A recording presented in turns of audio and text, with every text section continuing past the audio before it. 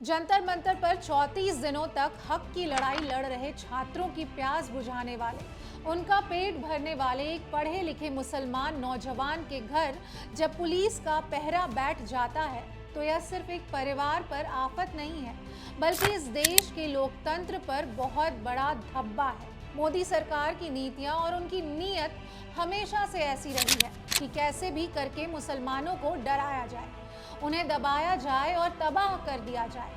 लेकिन हुक्मरानों को यह साफ साफ समझ लेना चाहिए कि जब तक देश में लोकतंत्र और नेता विपक्ष राहुल गांधी है, जुल्म का पहाड़ चाहे कितना भी ऊंचा क्यों ना खड़ा कर दिया जाए, सच और खिदमत के इस जज्बे को मिटाना नामुमकिन है।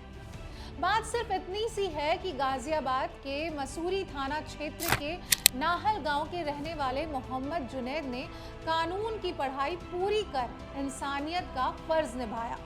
उसने जंतर मंतर पर मोदी सरकार के खिलाफ प्रदर्शन कर रहे बेबस छात्रों की निस्वार्थ भाव से सेवा की। कड़ाके की धूप और कठिन हालात के बीच लगातार 34 से 35 दिनों तक चाय, पानी और खाने का इंतजाम किया।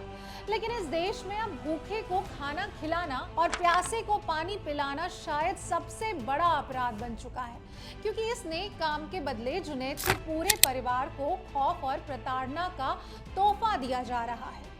23 जुलाई की शाम करीब 5 बजे मसूरी पुलिस अचानक जुनैद के घर में धमकती है।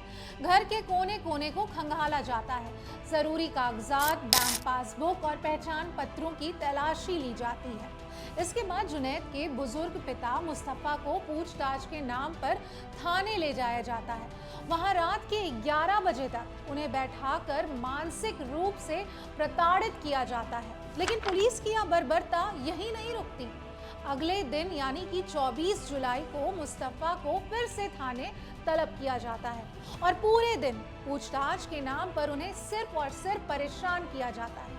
हद तो तब हो गई जब 24 जुलाई की ही सुबह पुलिस मेरठ में रहने वाली जुनैद की बड़ी बहन के ससुराल तक पहुंच जाती है। वहां उनके ससुर और रिश्तेदारों से पूछताछ की जाती है। एक सीधा साधा किसान परिवार जो मेहनत मजदूरी करके अपने बेटे को पढ़ा लिखा कर वकील बनाता है, आज वही परिवार अपने ही घर में खौफ के साए में जीने को मजबूर है।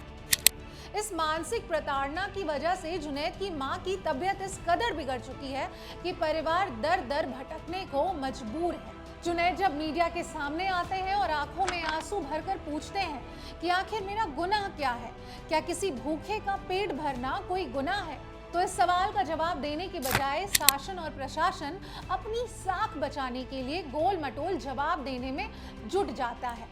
गाजियाबाद पुलिस कहती है कि यह तो सिर्फ एक सामान्य जांच थी, तो वहीं मेरठ के पुलिस अधीक्षक विनायक गोपाल भोसले दावों को खारिज करते हुए कहते हैं कि किसी को हिरासत में नहीं लिया गया है। वहीं दूसरी तरफ खबर यह भी है कि दिल्ली पुलिस जंतर मंतर पर आए खाने के रैपर्स और पैकेजिंग के जरिए उन सप्लायर को ढूंढने में अपनी पूरी ताकत झोंक रही है जो छात्रों तक खाना पहुंचा रहे थे। अब जरा सोचिए, देश में अपराधों का ग्राफ कहां जा रहा है, लेकिन हमारी पुलिस और एजेंसियां इस बात की तफ्तीश में जुटी हैं कि छात्रों को रोटियां किसने खिलाई, चाय किसने पिलाई। जो सरकार अपने नागरिकों को राहत नहीं दे सकती, वो आज एक खिदमतगार के पीछे हाथ धोकर पड़ी है। लेकिन ये हुक्मरान याद रखें कि पुलिस के डंडों और सरकारी धौंस से इंसानियत का जज्बा कभी खत्म नहीं होगा।